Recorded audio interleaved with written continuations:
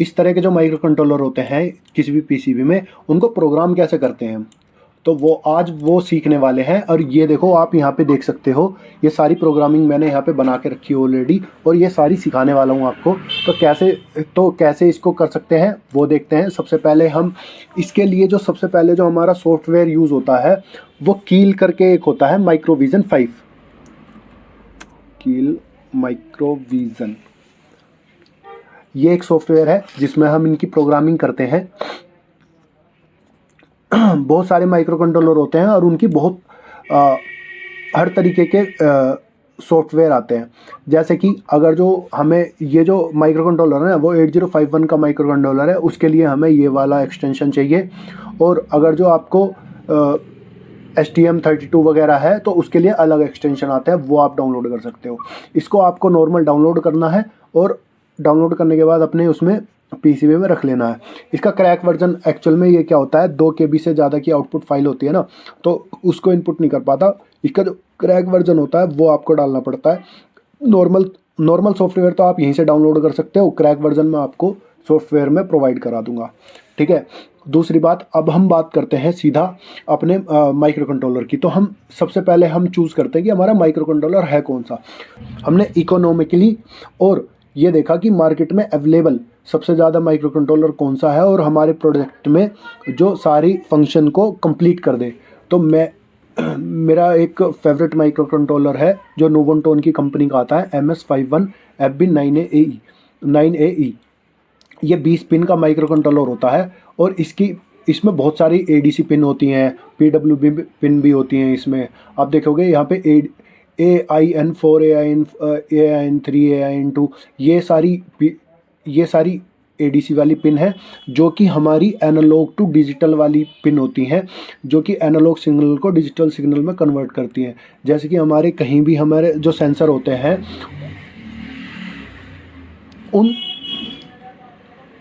उन सेंसर की रीडिंग को नोट करने के लिए हमारी ये वाली जो AIN पिन होती हैं, जो ADC वाली पिन होती हैं, वो बहुत ज़्यादा यूज़ होती हैं। और PWM वाली तो आपको पता ही है, नॉर्मली ये बहुत ज़्यादा यूज़ होती हैं हमारे किसी भी सर्किट को या सर्वो को या किसी भी चीज़ को चलाने के लिए, इनका बहुत ज़्यादा यूज़ होता है। और इसमें बहुत सारे कम्युनिकेशन भी होते हैं, जैसे TX RX करके जो कम्युनिकेशन आप करते हैं वो भी बहुत सारे। और डिजिटल इनपुट आउटपुट पिन तो नॉर्मल इसमें 20 के 20 एज हम यूज़ भी कर सकते हैं। PWM, UART, SPI, I2C और बहुत टाइमर्स, कैप्चर सिस्टम, इंटरप्ट, बहुत सारी चीज़ होती हैं इसमें। आप उनको सारी चीज़ों को यूज़ कर सकते हो। बहुत अच्छा माइक्रो कंट्रोलर है, इसलिए मैं फ़िलहाल तो इसे यूज़ करता हूँ और सस्ता भी है। ये मुश्किल से आपका 20 से 25 रुपये के आसपास का माइक्रो कंट्रोलर आ जाता है, बिल्कुल नया।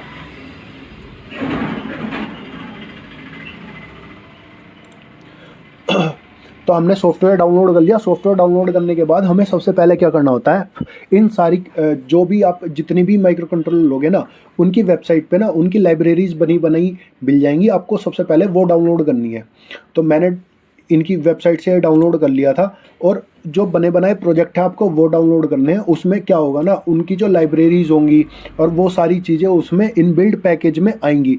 जैसे कि इसमें जो हेडर फाइल है इसकी MS51 की, और जितनी भी इंक्लूडेड फाइल है वो सारी उसमें होंगी।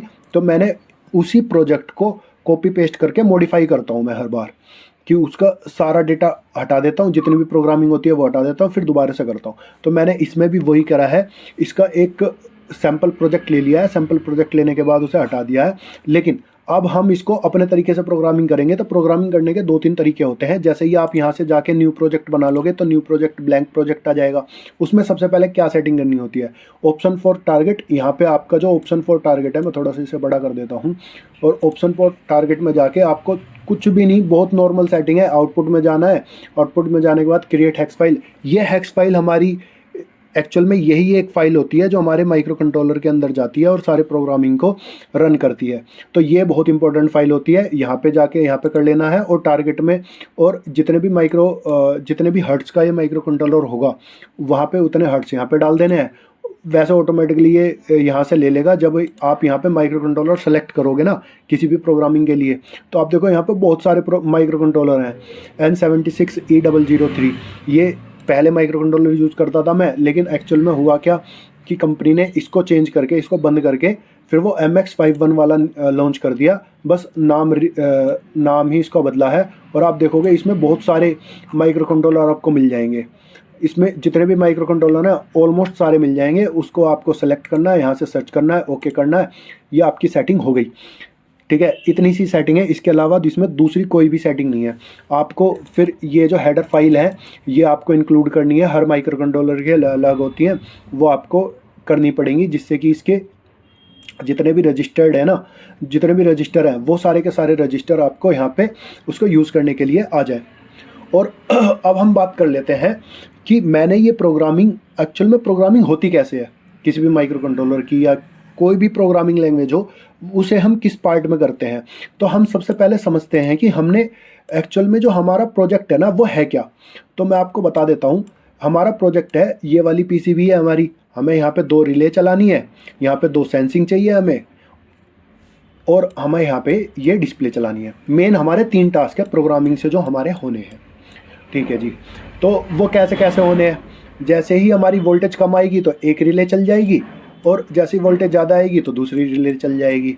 और जो भी वोल्टेज कम आ रही है या ज़्यादा आ रही है, इनपुट वोल्टेज यहाँ पे सो जाएगी, आउटपुट वोल्टेज डिस्प्ले 1 में सो जाएगी। ठीक है जी, बात समझ गए। तो हमारे 3 टास्क है, तो हम तीनों ही टास्क को अलग अलग एक सब टास्क में डिवाइड कर लेंगे, और उनके सबसे पहले जो पिन होंगी ना वो हम डिसाइड कर लेंगे कि हमें जो ये पिन है वो हमें किस किस में यूज़ करनी है। तो हम यहाँ पे देख लेते हैं। इसके लिए मैं आपको स्कीमेटिक खोलता हूँ सबसे पहले।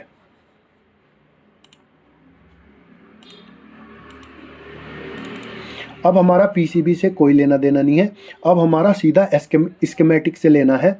तो अब हम यहाँ पे स्कीमेटिक खोल लेते हैं, और स्कीमेटिक खोलने के बाद इसको हम साइड में रख लेते हैं। तो मैंने यहाँ पे सिर्फ माइक्रो कंट्रोलर वाला पार्ट खोल लिया है, क्योंकि हमें सिर्फ माइक्रो कंट्रोलर वाला ही पार्ट देखना है। तो हमने क्या करा, PCB डिज़ाइन करते हुए हमने अपने हिसाब से सारी पिनों के इसमें डिसाइड कर लिए थे कि हमें कौन से पिन पे क्या क्या देना है, PCB डिज़ाइनिंग के हिसाब से ना।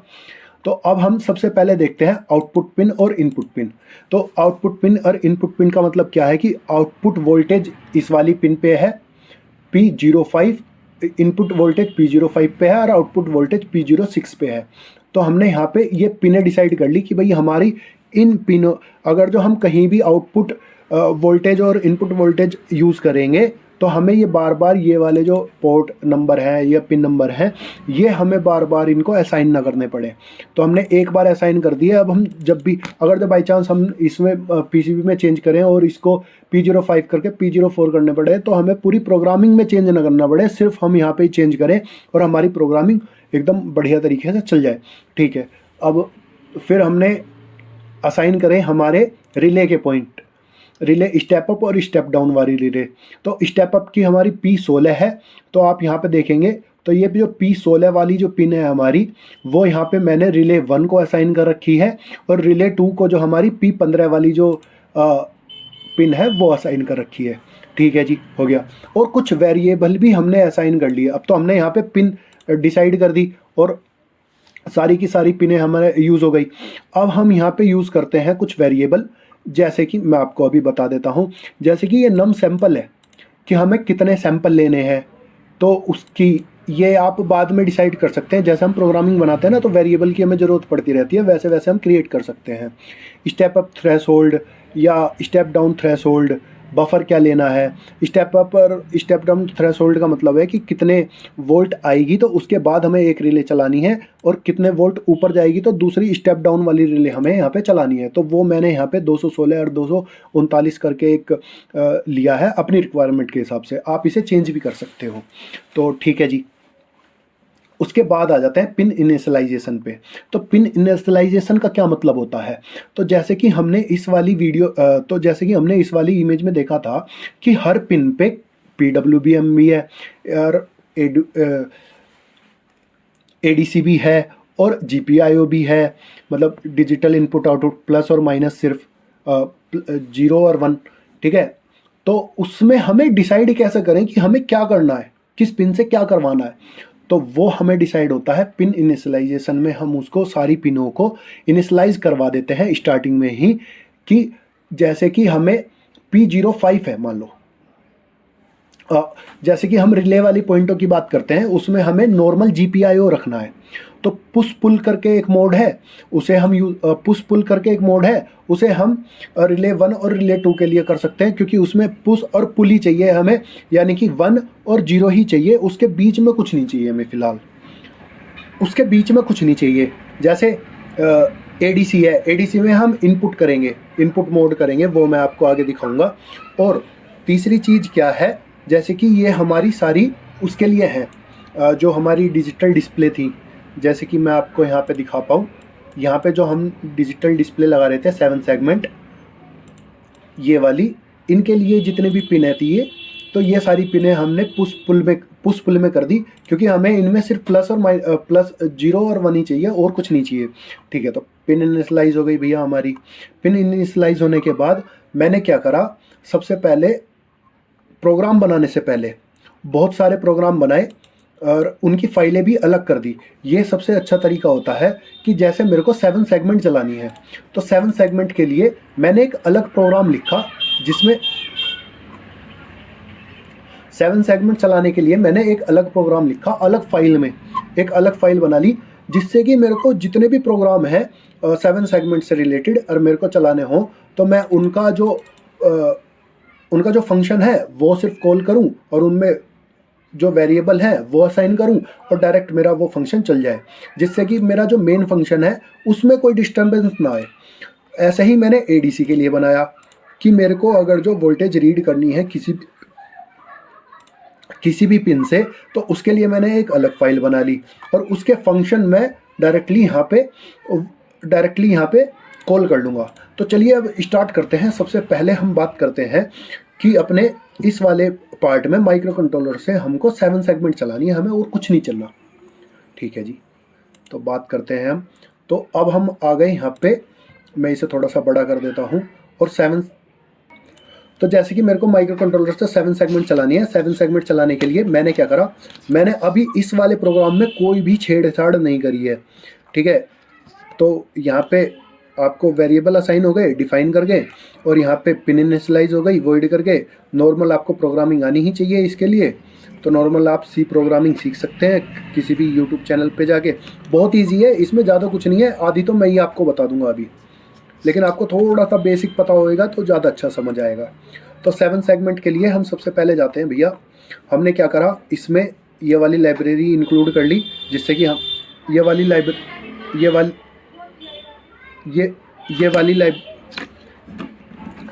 लाइब्रेरी इंक्लूड कर ली, जिससे कि हमारे इसके सारे पिन और वगैरह वगैरह सारी चीज़ें आ जाए। तो अब हम यहाँ पे अगर जो आपको दिखाऊं, तो इसमें जो इस 7 सेगमेंट वाले कोड में हम एक चीज़ करते हैं कि हम जितने भी सेगमेंट है ना हमारी, कि आप जितने भी सेगमेंट हैं, जैसे कि मैं आपको इसमें एक बार दिखा देता हूँ, इसमें ABCDEFG इस तरह से डिजिट 1 डिजिट 2 डिजिट 3 इस तरह से नंबरिंग होती है। इसकी डेटा शीट आपको गूगल पे मिल जाएगी। तो हर पिन को मैंने यहाँ पे इसका माइक्रो कंट्रोलर का पॉइंट दे दिया है, एक पिन दे दी है, असाइन कर दी है, कि अगर जो जैसे कि सेगमेंट A की बात करते हैं, तो इसमें P00 करके, मतलब P0 का मतलब है पोर्ट 0, और उसकी पिन हो गई 0, और यहाँ पे पोर्ट 1 उसकी पिन हो गई 3। तो पोर्ट 0 की 0 वाली पिन है ये वाली 16 नंबर। तो 16 नंबर जो है हमारी वो असाइन हो गई A को। तो हमारी जो 16 नंबर पिन है वो पॉइंट, यहाँ से जो 16 नंबर पिन है वो PCB में भी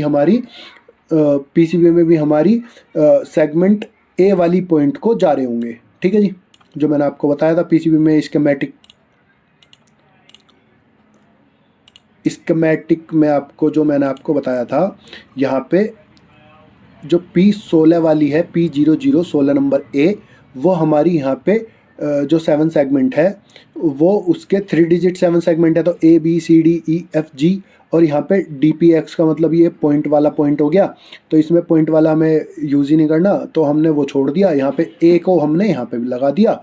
तो अब हमारा जब भी इसमें ये ऑन होगा तो हमारा जो A होगा ना, इसका ABCD इस तरह से हमारा 1 2, अगर जो 1 बनाना है तो B और C एक साथ चला देंगे, 2 बनाना है तो हमारा BAGED, इस तरह से ये सारी चीज़ें चला देंगे। इसे 1, इनकी जो वैल्यू है उनको 1 असाइन कर देंगे, जिससे कि वो ठीक हो जाए, जिससे कि ये 2 जलता हुआ हमें दिखाई दे। आप बात समझ गए? ठीक है, तो हमने सारी पॉइंट यहाँ पे दिखा दिए हैं, और यहाँ पे जो डिजिट है उनको भी हमने साथ में यहाँ पे असाइन कर दिया है। जैसे डिजिट 1, डिजिट 2, डिजिट 3, और उनका जो डिजिट 1 A का मतलब हुआ कि पहली डिजिट, और B का मतलब हुआ दूसरी डिजिट के बारे में हम बात कर रहे हैं। ठीक है जी। तो उसके बाद हमने क्या करा, सेगमेंट्स के कोड बना लिए। तो मेरे को इसमें 0 दिखाने के लिए ना, कॉमन कैथोड में, तो मेरे को क्या करना पड़ेगा, ये सारे तो ऑन करने पड़ेंगे, ये ABCDEF तक ऑन करने पड़ेंगे, बस 0 को मैं बंद कर दूंगा। जो मैंने 0 को बंद कर दिया है, तो ये होगा क्या, मेरा 0 दिखने स्टार्ट हो जाएगी यहाँ पे। तो 0 के लिए मैंने इस तरह का कोड बना लिया, 1 के लिए मैंने इस तरह का कोड बना लिया कि A को बंद कर दिया, B को चालू कर दिया, C को चालू कर दिया, और यहाँ पे और सारे मैंने बंद कर दिए, तो ये 1 दिखाएगा। ऐसे ही मैंने 1 से लेके 9 तक पूरे बना लिए हैं। ठीक है, ये अगर जो ये वाला एरे मैं असाइन कर दूंगा तो वो 0 दिखना स्टार्ट हो जाएगा। तो इस तरह से प्रोग्रामिंग स्टार्ट करी है मैंने। और ये डिले बना लिया मैंने, डिले मैंने अपने हिसाब से बना लिया कि डिले मेरे को मिली सेकेंड में, इसमें मैंने नाम तो वैसे मिली सेकेंड, MS का मतलब डिले अंडरस्कोर मिली सेकेंड, तो मैंने सिर्फ इस वजह से दे दिया क्योंकि मेरे को मिली सेकेंड के लिए डिले चाहिए था। लेकिन मैंने इसमें थोड़े से डिजिट अपने हिसाब से उसकी ब्राइटनेस को कंट्रोल करने के लिए कि भाई कितनी तेज़ चलेगी, कितनी देर तक जलेगी, तो उसकी ब्राइटनेस यहाँ से कंट्रोल हो जाएगी। तो उसके बाद जो दूसरा प्रोग्राम आता है, तो इसमें आपको ये जो फंक्शंस है ना, इनका आपको आगे पता चलेगा, क्योंकि ये जो नीचे सारे फंक्शन है तो उसमें आपको पता चल जाएगा।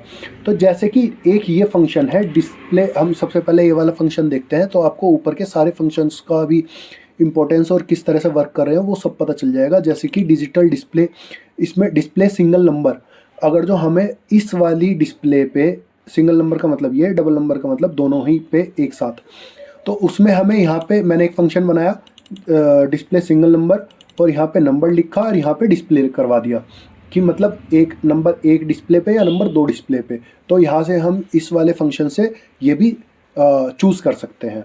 तो क्या नंबर डालना है वो भी चूज़ कर सकते हैं। तो हमें क्या करना पड़ेगा, जो हमने 1 2 3 दिया मान लो, तो उसमें से हमें 1 अलग करना पड़ेगा, 2 अलग करना पड़ेगा, 3 अलग करना पड़ेगा। तभी तो हम एक डिजिट पे 1 दिखाएंगे, फिर दूसरे पे 2 दिखाएंगे, तीसरे पे 3 दिखाएंगे। तो उसके लिए क्या करा हमने, एक फॉर्मूला लगाया, इस नंबर को 100 से डिवाइड करके परसेंटाइल 10 कर दिया। तो उससे क्या होगा कि जो हमारा जो फर्स्ट डिजिट है ना, हंड्रेड्स ऑफ डिजिट, मतलब ये वाला पहला 1 हमारा यहाँ पे एक्सट्रैक्ट हो जाएगा उसमें से। और फिर हमें अगर जो दूसरा डिजिट 2 निकालना है, तो उसके लिए जो हमारा ये नंबर आया है उसको 100 से ना डिवाइड करके 10 से डिवाइड करेंगे, क्योंकि हमें पता है यहाँ पे 3 डिजिट नंबर ही हम यूज़ कर रहे हैं। जितना भी डिजिट लेंगे वहाँ पे हमें उतने ही सही, अगर जो 4 डिजिट होती तो यहाँ पे 1000 से करते सबसे पहले।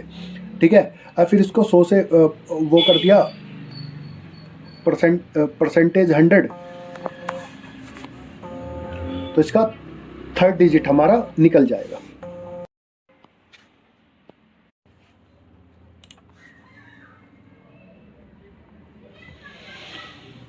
तो आपको सिंपल हमने डिजिट तो एक्सट्रैक्ट कर ली, और लेकिन डिजिट एक्सट्रैक्ट करने के बाद हमें ये डिस्प्ले करनी है।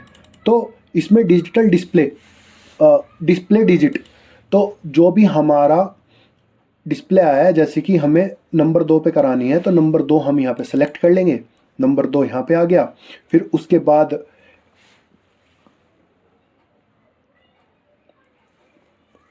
नंबर 2 यहाँ पे आ गया, और इसमें कौन सी पोजीशन पे दिखाना है कि MP DP1 DP2 DP3 है।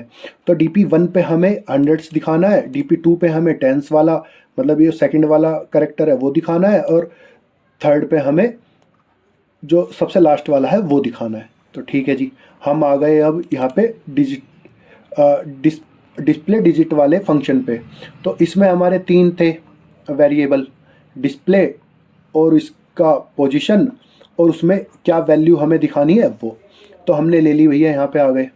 तो turn on all digit first. तो हम सबसे पहले क्या करेंगे, अगर जो कोई भी हमारी डिजिट ऑन होगी तो उन सारी डिजिट को हम सबसे पहले बंद कर देंगे।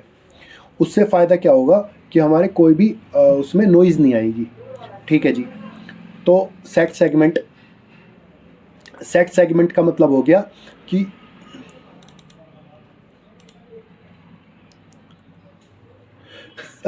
यहाँ पे हमें सेट सेगमेंट करना है। सेट सेगमेंट का हमें मतलब हो गया कि जो हमारी वैल्यू है ना, ये हमारी वैल्यू आई थी टेंस यानी कि 1 2 3, तो वो हमें 1 2 3 जो भी दिखानी है वो हमने यहाँ पे डिसाइड कर ली कि हमें 3 दिखाना है, मान लो। तो 3 दिख गया। तो 3 दिखने के बाद अगर जो डिस्प्ले 1 है तो डिस्प्ले 1 और 2 है तो 2। यहाँ अगर जो डिस्प्ले 2 है तो उसकी डिजिट 1। तो अब हमें करना क्या है, जैसे हम डिस्प्ले 2 पे थे और यहाँ पे हमने 3 बार फंक्शन को कॉल किया है, तो फर्स्ट बार फंक्शन जो कॉल होगा ना हमारा, तो उसमें जो हमारी वैल्यू गई है वो तो डिस्प्ले गई है, जैसे कि 2, ये वाली 2 आ गई। और नंबर गया है, नंबर हमने यहाँ पे सेट कर ही दिया कि 1 नंबर दिखाना है, डिस्प्ले 2 पे दिखाना है, लेकिन कौन से वाले डिजिट में दिखाना है, 1 में 2 में 3 में, तो वहाँ पे हम डिसाइड करेंगे। तो ये जो डिजिट हमने भेजी है ना, ये डिजिट जो हमने भेजी है 1 2 और 3 की, एक वाली ये यहाँ पे 1 2 3, तो ये यहाँ पे क्या करेगा, इफ़ कंडीशन लगाएगा और चेक करेगा डिजिट 1।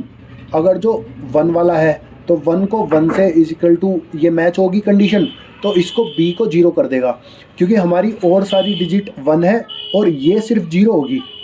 मान लो यहाँ पे A, अगर जो हमें A दिखाना है और डिजिट 1 पे दिखाना है, तो हम कैसे करेंगे।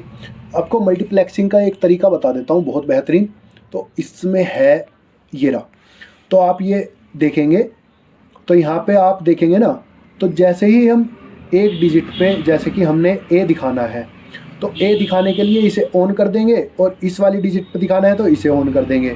तो सिर्फ A जो दिखेगा, ये वाली जो डिजिट ऑन होती हुई दिखेगी वो यहीं दिखेगी। और आगे अगर जो हम इस प्रोसेस को ही तेज कर देंगे, पहले तो हमने इस पे दिखाया, फिर इस पे दिखाया, फिर इस पे दिखाया, फिर इस पे दिखाया, और धीरे धीरे हम इसे तेज करते चले जाएंगे, तो हमारी आंखों को ऐसा लगेगा कि चारों डिजिट में एक साथ सारी चीज़ें चल रही हैं, जबकि ऐसा हो नहीं रहा। अगर जो हम इसे लो स्पीड में देखेंगे तो हमें दिखेगा कि एक पहले चल रही है, फिर दूसरी चल रही है, फिर तीसरी चल रही है, फिर चौथी चल रही है। इसे बोलते हैं मल्टीप्लेक्सिंग। ठीक है जी, मल्टीप्लेक्सिंग भी हो गई हमारी। तो हमारी पहली डिजिट पे 1 दिख गया, फिर होगा क्या, हमारा दूसरी डिजिट चलेगी, इसमें एक छोटा सा डिले भी आ गया, जिससे कि हमारी चलती हुई डिजिट ज़्यादा अच्छे से दिखे और उसकी ब्राइटनेस भी कंट्रोल्ड रहे। ठीक है, फिर हमारा आ गया दूसरा डिजिट। तो अब हमारी सारी चीज़ें वो सेम ही रहेंगी, लेकिन ये तो हमारी बंद हो जाएगी अब पहले डिजिट। फिर डिजिट 2 हमारी ऑन हो जाएगी, क्योंकि यहाँ पे हमने 2 भेजा है ना, तो ये कंडीशन यहाँ पे 2 आ जाएगा, तो ये इससे मैच होगी, इन दोनों से मैच ही नहीं होगी, तो बीच वाली से मैच हो गई, तो हमारी ये वाली जल जाएगी, फिर उसके बाद तीसरी जल जाएगी। लेकिन ये प्रोसेस हो इतनी जल्दी रहा है कि इसको हमारी आंखों से लगेगा तीनों डिजिट एक साथ दिख रही हैं, इसमें 1 दिखेगा, इसमें 2 दिखेगा, इसमें 3 दिखेगा। ठीक है जी, हमारा 7 सेगमेंट का तो मतलब आ गया बिल्कुल बेहतरीन समझ में कि 7 सेगमेंट की हमारी ये बस इतना सा ही कोड है, इसका ज़्यादा कोई बहुत बड़ा कोड नहीं है। ये सारा कोड मैं आपको गिटहब की रेपोजिटरी पे प्रोवाइड करा दूंगा नीचे लिंक में, वहाँ से आप डाउनलोड करके इस पर बहुत सारे एक्सपेरिमेंट कर भी सकते हैं अपने हिसाब से। अब हम बात करते हैं ADC की। तो ADC में क्या होता है हमारा, ADC में हमारा जो भी इनपुट आउटपुट आ रहा है ना, देखो मैं आपको 1 मिनट यहाँ से दिखा देता हूँ। हमने क्या करा था, 220 वोल्ट थी, जैसे वोल्टेज रेगुलेटर होता है, तो यहाँ से हमने 220 वोल्ट दी, तो यहाँ पे हमें 1 वोल्ट मिला। तो 1 वोल्ट भी मिला, तो उसे रीड करने के लिए 1 वोल्ट है या कितना वोल्ट है, उसे रीड करने के लिए हमने कुछ कोड बनाने होते हैं। ये हर माइक्रो कंट्रोलर के अलग तरीके से कोड होते हैं, तो मैं थोड़ा सा समझा देता हूँ। बेसिक सेम होता है। तो यहाँ पे मैंने क्या करा, कुछ वेरिएबल ले लिए। सबसे पहले we reference voltage. We reference voltage आपको वो वोल्टेज लेनी है जिस वोल्टेज पे आपका माइक्रो कंट्रोलर ऑन हो रहा है। मेरा माइक्रो कंट्रोलर 5 वोल्ट पे ऑन हो रहा है, तो हमने 5 वोल्ट ले लिया। ये प्रिसाइज होनी चाहिए, 5 वोल्ट बिल्कुल बेहतरीन आनी चाहिए। एडी मैक्स ये 12 वोल्ट 12 बिट का एडीसी चैनल होता है इसका सार होगा। ये जितने भी एडीसी चैनल है ना 12 बिट के, हर माइक्रो कंट्रोलर में अलग अलग बिट के होते हैं। जैसे किसी में 10 बिट का, किसी में 8 बिट का। जैसे 8 बिट का है मान लो, तो उसमें 255 सैंपल ही ले पाएगा। लेकिन अगर जो 12 बिट का है तो उसमें 4095 सैंपल वो ले पाएगा 1 सेकंड में।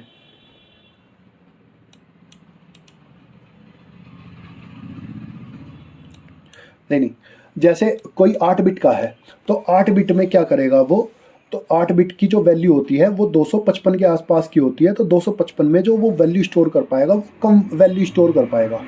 लेकिन 12 बिट में जो वैल्यू स्टोर कर पाएगा वो 495, मतलब जो उसकी वैल्यू होगी ना, जो स्टोर करने के लिए नंबर होगा वो बहुत बड़ा होगा। पॉइंटों के बाद भी बहुत बड़ा नंबर वो स्टोर बड़े आराम से कर सकता है। तो ठीक है जी, तो हमने 12 वोल्ट की एडीसी ले ली। ये जितने बिट की एडीसी ज़्यादा होगी उतना अच्छा सैंपल ये ले पाएगा। तो यहाँ पे हमने जो R1 करके जो रेजिस्टेंस है, हमने इसका प्रोग्राम इस तरह से बनाया है कि हम सारे के सारे वेरिएबल यहीं पे ले लेते हैं। हम कोई भी चेंज करेंगे सिर्फ हमें यहाँ पे चेंज करना है, पूरी प्रोग्रामिंग हमारी ठीक रहेगी। R1 करके जो हमारा ये है, तो हमने 3000 इसमें 330K का लिया है, तो यहाँ पे 330,000। और R2 जो हमने लिया है वो 1.5K का लिया है, तो उसकी वैल्यू भी हमने यहाँ पे डाल दी। और फैक्टर RMS, जब भी हम कभी भी AC को DC में कन्वर्ट करते हैं तो उसमें जो उसका RMS फैक्टर होता है वो 1.1 डिवाइड बाई √2 होता है। तो जिसकी वैल्यू 0.701 होती है। और नंबर ऑफ सैंपल मुझे कितने लेने हैं, मुझे 100 सैंपल लेने हैं मान लिया, एक एग्जांपल के तौर पे। जितने ज़्यादा सैंपल लोगे उतना अच्छी एक्यूरेसी आएगी, बट वो डिस्प्ले करने में उतना ही टाइम लेगा। चलो जी ठीक है, तो हमने यहाँ पे 100 सैंपल ले लिए। और सबसे पहले हम यहाँ पे एडीसी को इनिशियलाइज करते हैं। तो अनेबल बैंड गैप का मतलब होता है कि ये इंटरनल रेफरेंस ले लेती है एक, जो कि बहुत प्रिसाइज होता है। इंटरनली सर्किट होता है इसका वोल्टेज का रेफरेंस लेने का, क्योंकि 1 वोल्ट नापनी है तो किसी के रेफरेंस में ही तो नापेगी ना वो 1 वोल्ट, इस वजह से। तो क्लियर, तो यहाँ पे जो एडीसी के रजिस्टर हैं उसको हमने यहाँ पे क्लियर कर दिया नॉर्मल। और दूसरी बात है कि हम अगर जो यहाँ पे देखें तो हमने ये वाला जो एडीसी के 0.5 और 0.6 है, तो उन चैनलों को हमें एडीसी बताना भी तो पड़ेगा कि ये ADC as a ADC work कर रहे हैं। तो यहाँ पे हमने बिट 4 और बिट 3 जो कि एडीसी 4 और तो यहाँ पे इन चैनलों को हमने एडीसी के तौर पे यहाँ पे इसको सेलेक्ट भी कर दिया। ठीक है जी, अब आ जाओ रीड एडीसी का हमने एक वो बनाया है पूरा प्रोग्राम कि ये सिर्फ एक सैंपल एडीसी का हमारा वो करके आएगा, रीड करके आएगा कि भाई वहाँ पे कितनी, इस पॉइंट पे अगर जो कितनी वोल्ट आ रही है सिर्फ एक बार। तो रीड एडीसी में हमने वेरिएबल ले लिया एक 0। ये किस तरह से काम कर रहा है वो मैं आपको बताऊंगा। और एक स्विच करके स्टेटमेंट लगा दी हमने कि यहाँ पे जिस भी चैनल का अगर जो मैं यहाँ पे AIN4 डाल दूँ तो ये सिर्फ उसी चैनल का हमारा रीड करके आएगा और सारे चैनल हमारे इसके बंद हो जाएंगे। ठीक है जी, अब आ जाओ क्लियर ADF, यानी कि क्लियर। हम सबसे पहले क्या करते हैं, एक फ्लैग होता है जो कि हमारा, उसको हम क्लियर कर देते हैं एडीसी के लिए, जिससे कि हमारा ये क्लियर हो जाएगा कि भाई हमारा एडीसी की रीडिंग लेने के लिए तैयार है। स्टार्ट एडीसी कन्वर्जन, हमारा एडीसी कन्वर्जन हमने यहाँ पे स्टार्ट कर दिया। Wait until the conversion is complete, क्योंकि ये एडीसी की मतलब ये वहाँ पे वोल्टेज रीड कर रहा है तो उसमें थोड़ा बहुत टाइम लगेगा। तो उस टाइम के लिए यहाँ पे एक रजिस्टर होता है ADCF। तो ADCF जो रजिस्टर है उसको ये सारे रजिस्टर आपको डेटा शीट में मिल जाएंगे, कौन कौन से रजिस्टर क्या क्या काम आते हैं। तो उसको कंप्लीट होते ही यहाँ पे ये सेकंड उसमें आ जाएगा। और इसमें 2 तरीके के 8 बिट, क्योंकि ये 12 बिट का हमारा एडीसी है, तो हमारे इसमें दो कंट्रोलर हमारा 8 बिट ही है, तो हमें कैसे स्टोर करना पड़ेगा डेटा। एक रजिस्टर होता है ADCRL और ADCRH, तो ये है जो ADC का लो रजिस्टर, ये है ADC का रजिस्टर हाई, तो उसमें 4 बिट स्टोर कर लेगा पहले की, और बाद की जो 8 बिट है वो इस वाले रजिस्टर में कर लेगा। तो हमने क्या करा, अब इन दोनों ही रजिस्टर को, ये तो माइक्रो कंट्रोलर के ऊपर बात है, अगर जो वो 16 बिट का या 32 बिट का होता तो वो सिंपल एक ही रजिस्टर में सारी की सारी वैल्यूज़ में आ जाती, इसलिए 32 बिट का ज़्यादा अच्छा होता है, क्योंकि हमें 2 या 3 इसमें स्टेप करने पड़ गए ना। Insert the value is 16 bit, तो हमने इन दोनों तो हमने क्या करा, सबसे पहले इसकी जो 8 बिट ली, फिर उसकी 8 बिट को 4 बिट आगे करके, उसकी 4 बिट आगे करके इस वाले रजिस्टर में हमने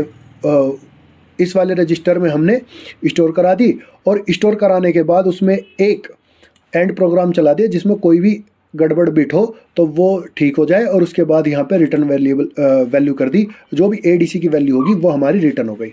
तो अब हम क्या करते हैं भैया, अब हमें क्या करना है, जो ADC की वैल्यू आई है 4095 के आसपास, उसमें से कोई एक वैल्यू होगी, अगर जो एक है तो लगभग आप मान के चलो 1000 के आसपास की वैल्यू होगी, कुछ 1100 के आसपास की कुछ वैल्यू होगी।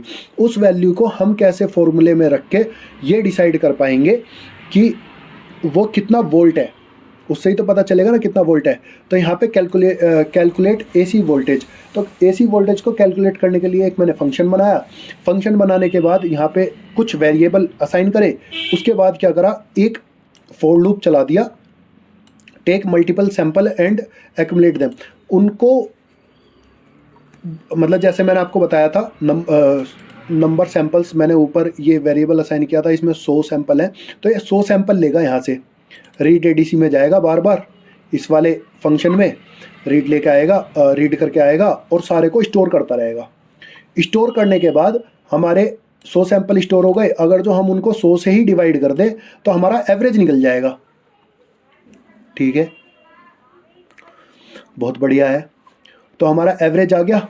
एवरेज आने के बाद कन्वर्ट ADC टू वोल्टेज। तो अब हम इस एवरेज को, अगर जो हमें वोल्टेज से वोल्टेज में ही वो करना है, वोल्टेज निकालनी है, तो उस वैल्यू को हमें सिंपल क्या करना पड़ेगा कि जो ADC की एवरेज वैल्यू आई है और ADC की मैक्स वैल्यू है, यानी कि ये 4095 लगभग 1000 आई होगी, आप मान के चलो इसे 1000 है, ये 4095 आ गई, मल्टीप्लाई बाई 5, क्योंकि V रेफरेंस हमारी 5 है ना, तो उसके हिसाब से हमारी यहाँ पे जो वोल्टेज बनेगी वो 1 वोल्ट के आसपास बनेगी। फिर उसके बाद calculate peak voltage before voltage divider. ये जो वोल्टेज डिवाइडर है, यहाँ पे जो वोल्टेज है उसे हम उसका हम पीक वोल्टेज निकालने की कोशिश करते हैं। तो वो कैसे होगा, जो हमारी यहाँ पे जो वोल्टेज आई है वो तो DC वोल्टेज आई है, AC वोल्टेज तो आई नहीं है। मैं आपको 220 वोल्ट AC के हिसाब से बता रहा था, तो मैं आपको एक बार और 100 वोल्ट AC के हिसाब से बता देता हूँ। कैलकुलेट द एवरेज, अगर जो हमें इसका एवरेज निकालना है तो हमने 100 सैंपल लिए, इसको हम डिवाइड कर देंगे 100 से, तो हमारा जो ADC आया 260 आया। अगर जो हमारी 100 वोल्ट है तो उस हिसाब से 260 आ जाएगी यहाँ पे ADC वैल्यू। ठीक है, इस ADC वैल्यू को अगर जो हमें वोल्टेज में कन्वर्ट करना है, वो DC वोल्टेज आएगी जो माइक्रो कंट्रोलर तक जा रही है। अभी मैं आपको एक चीज़ दिखा देता हूँ कैसे जा रही है। यहाँ पे आ जाते हैं, माइक्रो कंट्रोलर पे यहाँ पे हमारी वोल्टेज आ रही थी ना, वो कैसे आ रही है वो बता देता हूँ। अभी हमें हर पॉइंट पे, अब हमें यहाँ पे जो वोल्टेज मिल रही है वो तो DC मिल रही है, ये माइक्रो कंट्रोलर को जा रहा है पॉइंट, ये यहाँ से 220 आ रही है, 100 वोल्ट आ रही है फिलहाल अभी AC। यहाँ पे अगर जो माइक्रो कंट्रोलर को जा रहा है तो माइक्रो कंट्रोलर पे यहाँ पे कितनी वोल्ट आ रही है वो हमें देखना है। तो वो यहाँ पे अगर जो हम इसको, जो हमारा मैक्सिमम ADC है 4059, और उससे डिवाइड कर देंगे एवरेज ADC को, तो हमारा और मल्टीप्लाई कर देंगे V रेफरेंस यानी कि 5 वोल्ट से, तो हमारी जो वोल्टेज है 0.317, वो वोल्टेज हमारी यहाँ पे आ जाएगी। तो अब हम रिवर्स फॉर्मूला लगाते चले जाएंगे और तो हमारे यहाँ पे ये वाली वोल्टेज मिल जाएगी, जैसे calculate peak voltage before voltage divider. तो ये जो वोल्टेज डिवाइडर से पहले जो हमारी पीक वोल्टेज है वो हम यहाँ पे डिसाइड कर लेंगे, वो हम यहाँ पे फॉर्मूला लगा देंगे, जो कि हमारा जो फॉर्मूला था वोल्टेज डिवाइडर का ये वाला, V out is equal to V S multiply by R2 और नीचे R1 प्लस R2। तो इस फॉर्मूले में ही हमने यहाँ पे मैथमेटिकल है सारा, इसे समझाने की कोई ज़रूरत नहीं है। तो यहाँ पे हमने यहाँ पे फॉर्मूले में सारी वैल्यू रख दी, R1 की और R2 की वैल्यू हमने ऊपर वेरिएबल में डिसाइड कर ली थी, और VADC जो हमारी यहाँ पे वोल्टेज आ रही है वो यहाँ पे आ गई। तो उससे हमें मिला क्या, 70 वोल्ट मिल गई। फिर कन्वर्ट ADC टू AVC। तो इसका मतलब ये है कि जो हमारी ये जो वोल्टेज है ना वो तो DC वोल्टेज है, अब हम इसे AC वोल्टेज में कन्वर्ट करेंगे, जो है RMS फैक्टर। जो DC वोल्टेज को AC में कन्वर्ट कर देगा वो 99.07 आएगा, क्योंकि जो फैक्टर RMS है हमारा 1/√2 था, जिसकी एक्चुअल वैल्यू थी 0.7071। तो उससे डिवाइड कर देंगे तो इसमें 100 वोल्ट आ जाएगा। सब चीज़ रिवर्स करते चले जाएंगे। और जो डायोड ड्रॉप है हमारा, हमने एक डायोड भी लगा रखा है, आपने नोटिस करा होगा। तो यहाँ पे एक डायोड है जिसका 1 वोल्ट के आसपास वो भी रहता है, 0.7 0.9 वोल्ट के आसपास का ड्रॉप भी रहता है, तो हमने वो भी ऐड कर दिया, तो हमें यहाँ पे 100 वोल्ट मिल गई। तो अब हम इस 100 वोल्ट को किस तरह से यहाँ पे यूज़ करने वाले हैं और किस तरह से पूरा फंक्शन यूज़ करने वाले हैं, अब देखता हूँ। आपको मेन प्रोग्रामिंग दिखाता हूँ। मेन प्रोग्रामिंग में हमने पिन इनिशियलाइज कर दी, ADC इनिशियलाइज कर दी, रिले 1 स्टेप 1, मतलब जो स्टार्टिंग में हमने स्टार्टिंग की वैल्यू रखी वो रिले 1 और रिले 2 की रख दी। रिले 1 को हमने ऑन कर दिया, रिले 2 को हमने 0 कर दिया। ठीक है जी, ठीक है। और यहाँ पे आउटपुट सम और इनपुट सम, ये आउटपुट और इनपुट वोल्टेज है और उनका सम भी है। तो यहाँ पे वोल्टेज लिखना मतलब वोल्टेज नहीं लिखा बस मैंने, बस आप समझ जाना कि ये जो इनपुट और आउटपुट वोल्टेज है ना, यहाँ पे जो इनपुट आउटपुट वोल्टेज है उनका सम है। तो यहाँ पे मैंने क्या करा, टेक 10 सैंपल लिए। यहाँ पे ADC जो था हमारा, यहाँ पे 100 सैंपल ऑलरेडी ले रहा था, लेकिन मैंने इस वाले प्रोग्राम के भी 100 सैंपल ले लिए भाई।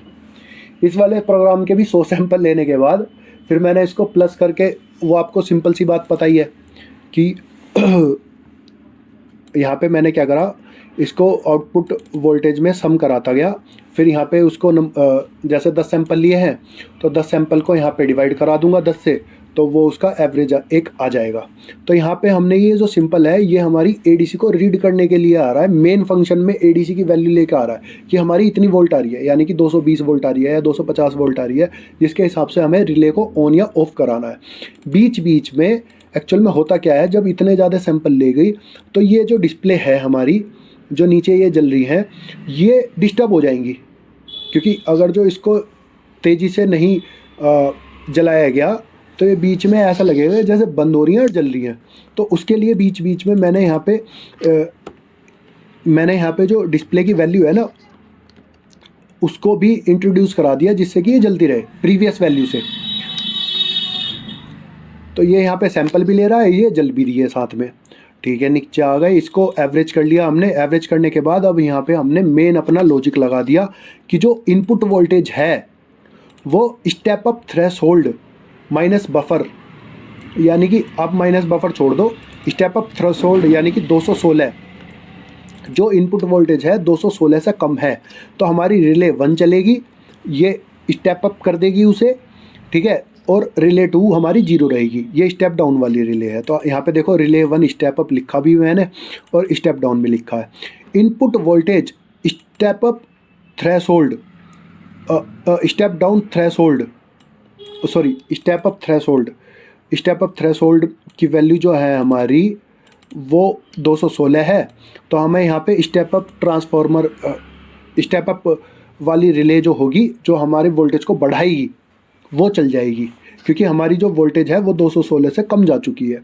अब दूसरे केस में आते हैं, ये भी केस नहीं है। मान लिया इनपुट वोल्टेज जो है वो स्टेप डाउन थ्रेशोल्ड, यानी कि जो हमारी 240 या 239 है उससे ज़्यादा हो चुकी है। तो हमें अब क्या करना है, स्टेप डाउन करना है। तो हमें रिले जो स्टेप अप वाली है उसे बंद कर देना है और स्टेप डाउन वाली रिले को हमें ऑन कर देना है। ठीक है। अब तीसरा भी तो केस हो सकता है। क्या केस हो सकता है भैया? तीसरा ये केस हो सकता है कि हमारी जो वोल्टेज है वो ठीक आ रही हो, ना कम आ रही हो, ना ज़्यादा जा रही हो, ना ज़्यादा आ रही हो। तो हमें क्या करना है, दोनों रिले को ऑफ करा देना है। बहुत सिंपल है। देखा, अब छोटे छोटे अगर जो प्रोग्रामिंग को आप छोटे छोटे पार्ट में डिवाइड कर दोगे और सबकी अलग अलग फाइल बना लोगे, सबके अलग अलग फंक्शन बना लोगे, तो आपको बिल्कुल भी परेशानी नहीं आएगी प्रोग्रामिंग करने में और आप बहुत अच्छे से प्रोग्रामिंग कर भी पाओगे। तो ठीक है दोस्तों, इसका कोड तो वैसे मैं आपको गिटहब पे दे ही दूंगा, नीचे लिंक में आपको मिल जाएगा। तो मिलते हैं अब नेक्स्ट वीडियो में।